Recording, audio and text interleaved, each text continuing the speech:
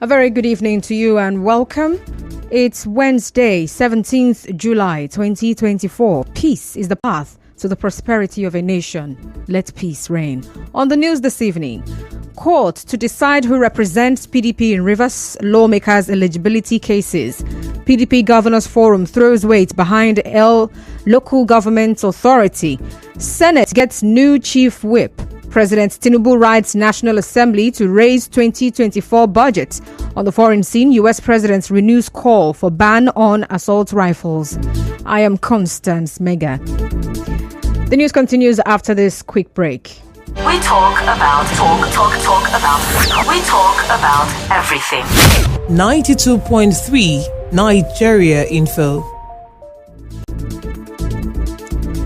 And now to the details. Justice E.O. Obele of the Federal High Court in Port Harcourt will, on the 21st of August, rule on the rightful lawyer to represent the PDP in a suit instituted by the Boot Party in Rivers State. Recall that on 28th June, when the matter was mentioned, two senior advocates of Nigeria, Joshua Musa and Rashak Gold, said they were representing the PDP.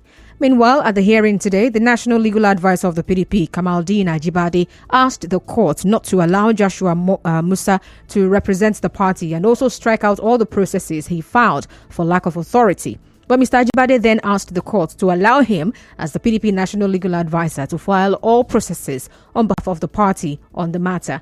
Well, in response, Senior Advocate of Nigeria, Joshua Musa, urged the court to reject the submission made by the PDP National Legal Advisor, Kamaldeen Ajibade.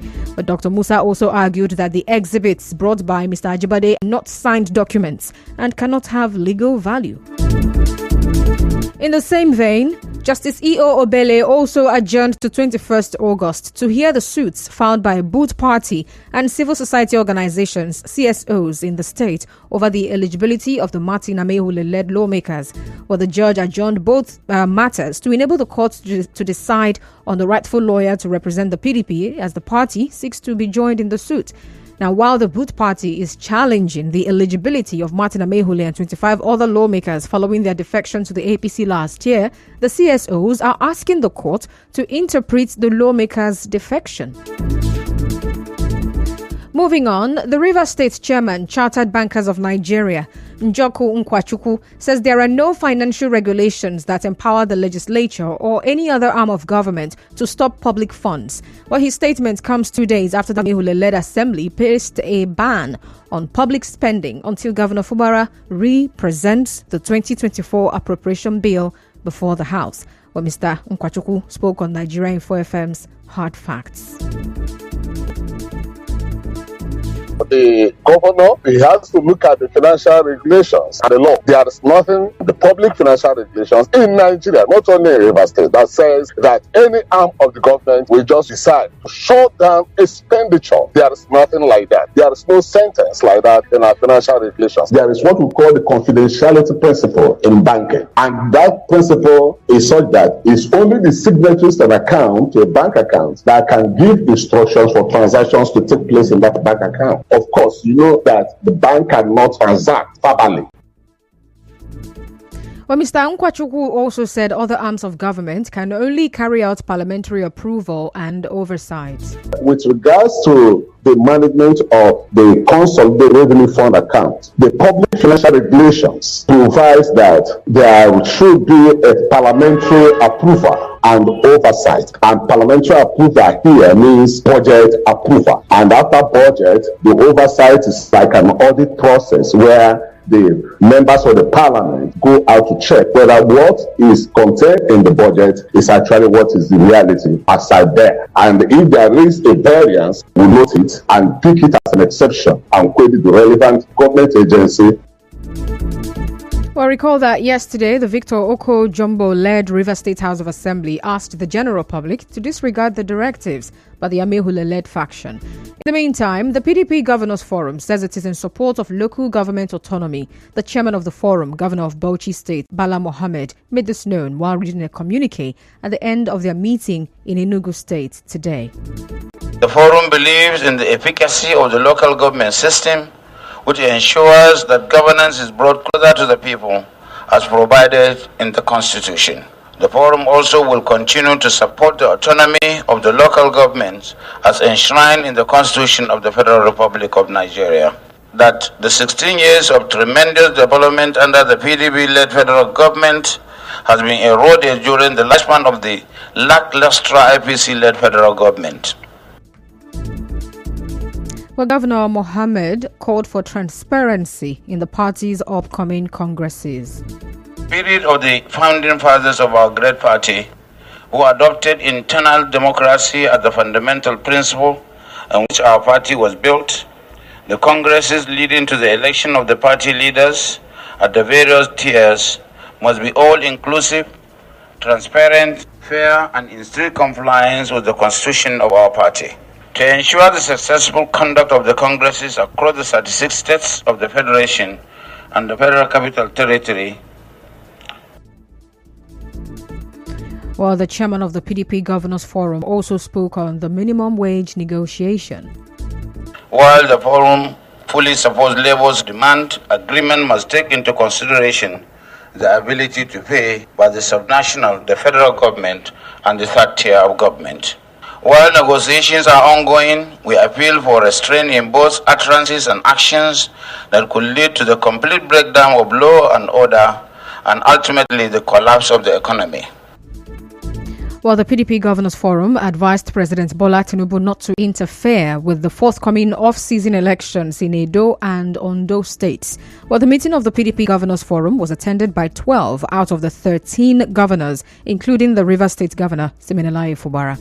In other news, some indigents of Boni local government area of Rivers State are hoping for improved security on the waterways following the Supreme Court's judgment, which granted full financial autonomy to local governments. In an interview with our correspondents, they urged local leaders to ensure the provision of social amenities and accountability in governance. This is the time where people would really want to begin to ask questions, because right now you have all of the finances coming direct. The first thing I feel they should address on the island is internal road. The roads are very bad. Then social amenities. Our health facilities are not quality enough. The water we have is not consumable. I can't count homes that can actually consume the water we use on the island. It's really bad. Prior to this time, we have not really had any government presence. We have issues of insecurity on the waterways, internal road construction, connectivity between communities that are in Boni Kingdom, educational centers. And similarly, some residents of Kana local government area are hoping for infrastructural and human capacity development. The expectations of the people in my LGA will be human capacity development, to provide the LGA with lots of opportunities, such as owning their own institutions at the LGA level. I also expect a judicious use of this opportunity. In most cases, they will also be probed or investigated by the FG. The chairman is supposed to focus on agriculture. Agriculture is one of the basic needs for the community. It's a welcome development. In Kana local government area, we have a bad road network. The chairman does not have to wait for the state government. We're expecting more projects from our administrator: power projects, water projects, road projects, healthcare projects, educational projects. Well, as you may know, local governments will receive 20.60% of the country's monthly revenue allocations directly into their accounts, while the states will receive 26.72% and the federal government will retain 52.68%. Still to come, Senate removes Ndume as chief whip. Stay tuned.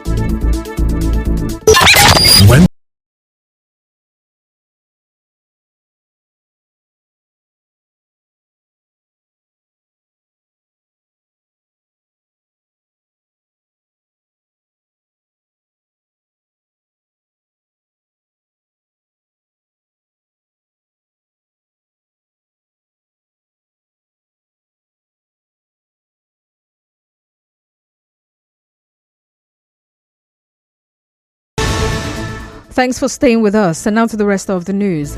President Bola Tinubu has launched the Nigerian Education Loan Fund, NEL Fund, in the Council Chamber of the State House. After launching the portal, President Tinubu handed out symbolic checks to students and some institutions, where he said that education is the weapon against ignorance and poverty.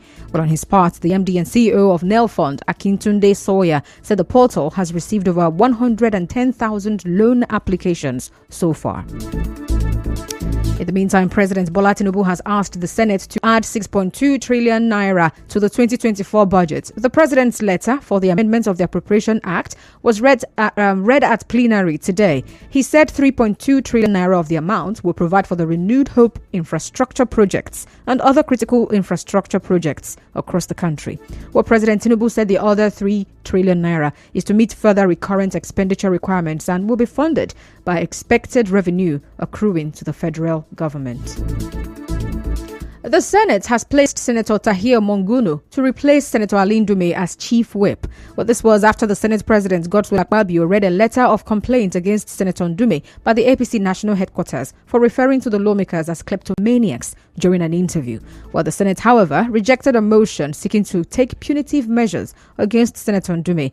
Well, Senator Ndume was not only stripped of his position as Chief Whip, but the committee he co-chaired as Vice Chairman, Senate Committee on Appropriations. He has now been moved to chair the Senate Committee on Tourism. As you may know, Senator Ndume, who was absent today, has been making critical remarks about President Bola Tinubu's economic policies and the persistent security crisis in the country.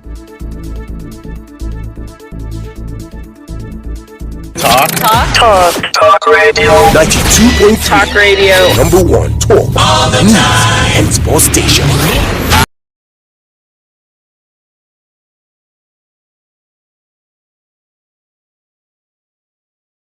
Has renewed a call for the U.S. Congress to ban assault rifles, including the model that was used in the failed assassination attempt on former President Donald Trump.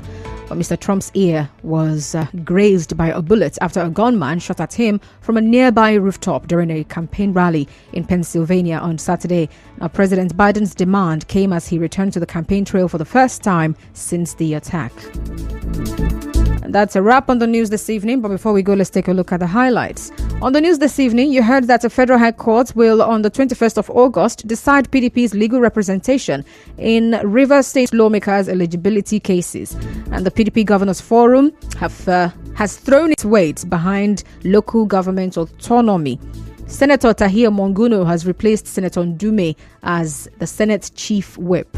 And President Bola Tinubu has asked the National Assembly to increase the 2024 budget by adding 6.2 trillion naira. On the foreign scene, U.S. President Joe Biden has renewed calls for the ban on assault rifles. The news was edited by Martha Okirenkem. To reach the news team, send an SMS or WhatsApp to 0808 721 7215. I am Constance Mega. Thank you so much for listening. Good evening.